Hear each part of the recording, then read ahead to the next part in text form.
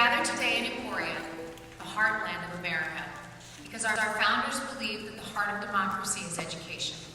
It is here that we celebrate the nobility of the teaching profession and remember the profound sacrifices made by those who gave their lives in service to our students.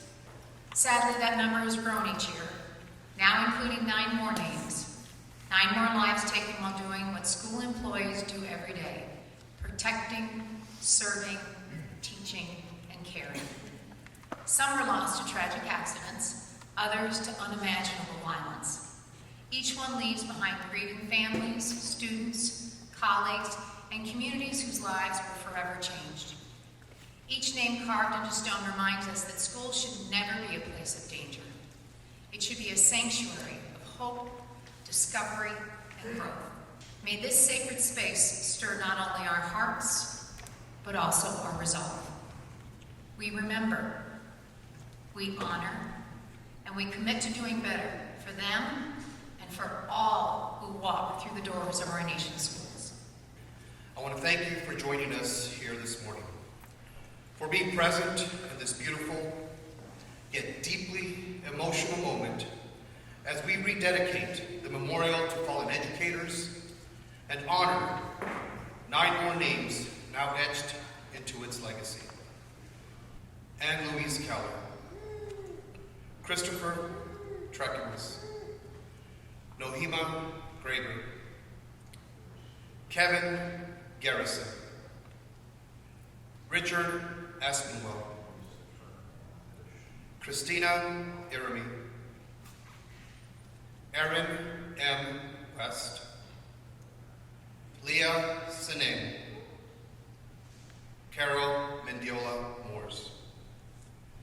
They will be remembered for their gifts, for their courage, for their sacrifice, for the unwavering love and commitment that they brought into their classrooms, their schools, and their communities, and to every single student's lives which they touched. Teachers do more than teach. You all know that very well. They protect, uplift, and inspire, and far too often they do so at great personal risk. Today, we renew our commitment to honoring their legacy, not just with words, but with gratitude and action. To the families that have traveled here today, thank you. We know this memorial cannot fill the space left by your loved ones, but may it serve as a living legacy, a national testament to their courage, their compassion, and their enduring impact on the lives that they touched. To the educators among us, your presence here is a tribute in itself. You carry the torch lit by those who came before you. And as a city, as a community, and as a nation, we thank you. When I think of bravery, I think of a close friend.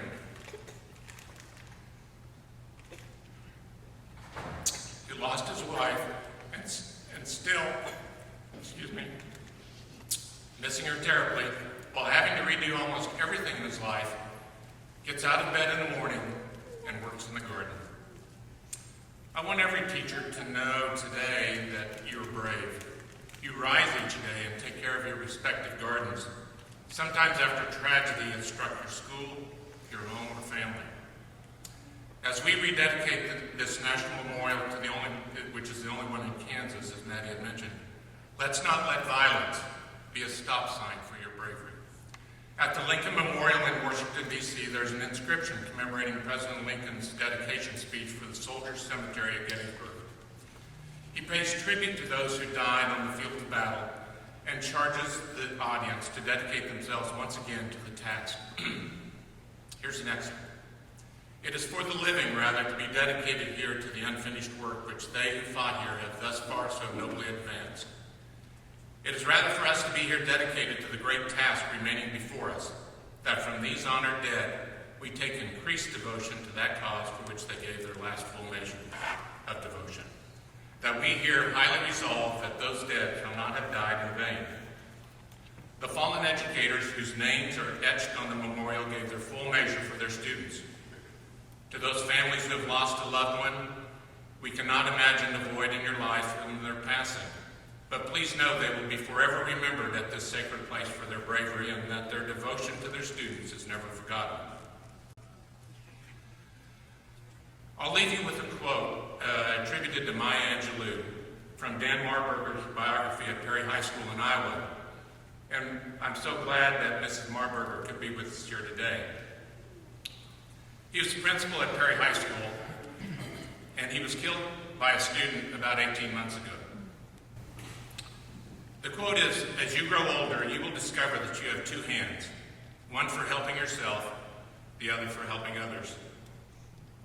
Today, let us help each other up as we rededicate this National Memorial to Fallen Educators. And I'll be honest with you, I've been in education for 36 years, and I didn't know this memorial existed. My children and Kevin's friends and family are now keenly aware. Kevin spent 20 years in schools, doing the work of schools, but he wasn't a teacher, and he wasn't a para, and he wasn't a bus driver, and he wasn't an administrator. He was the maintenance guy.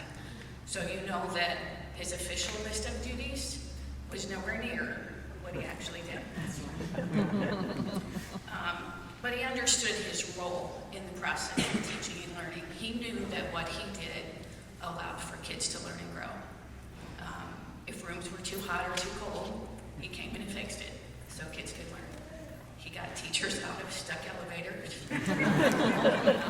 When the roads were full of snow, he cleared them off so kids could get to school. He made sure the lights didn't flicker and the ovens in the kitchen worked so that kids could learn. Like Kevin understood the assignment. He was essential in the district's operation to the point that the refrain in our school district for the last 2 decades has been, "Call Kevin." If it's leaking, call Kevin. If it smells funny, call Kevin. If the alarm's going off, call Kevin. You name it, call Kevin. He was our lead problem solver because he was talented and he was smart and he could fix anything. He was functioning true to himself when, on the morning of September 4th, he got a call that a line in the geothermal well had been broken by an excavator when they were installing turf. And he knew what he had to do. If he could shut the line off and just turn the valve, there wouldn't be a problem and school could continue that day. His last act of service was entering that geothermal well to resolve the problem. Kevin was humble by nature, and honestly, he would hate every bit of this. He never sought any recognition, but my children and I are deeply grateful that you will help us remember Kevin and honor him in this way. Thank you. We all have stories to tell. First,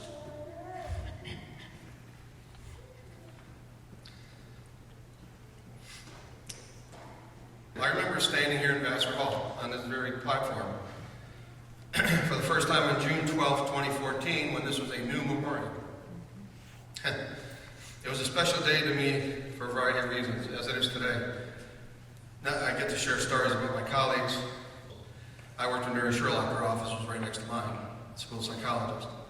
First grade teacher, Victoria Soto, who would often run into the office to use the copier before she got to class, which we talked to her about that. But anyway, she's right. Lauren Russo, first grade teacher, Rachel Davino, and Marie Murphy, special education professional. And I have to acknowledge Marianne Murphy.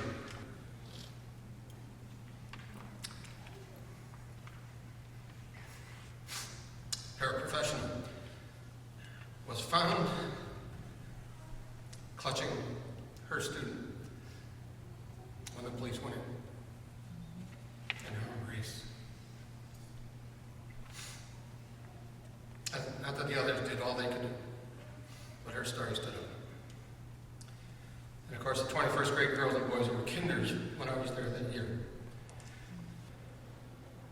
Finally, I ask you, what do you get to bring away from this national memorial? What do you get to do to contribute to something larger than yourself? What do you get to do to actively seek opportunities for growth and learning? What do you get to do to begin crafting your legacy that is built upon your hero's life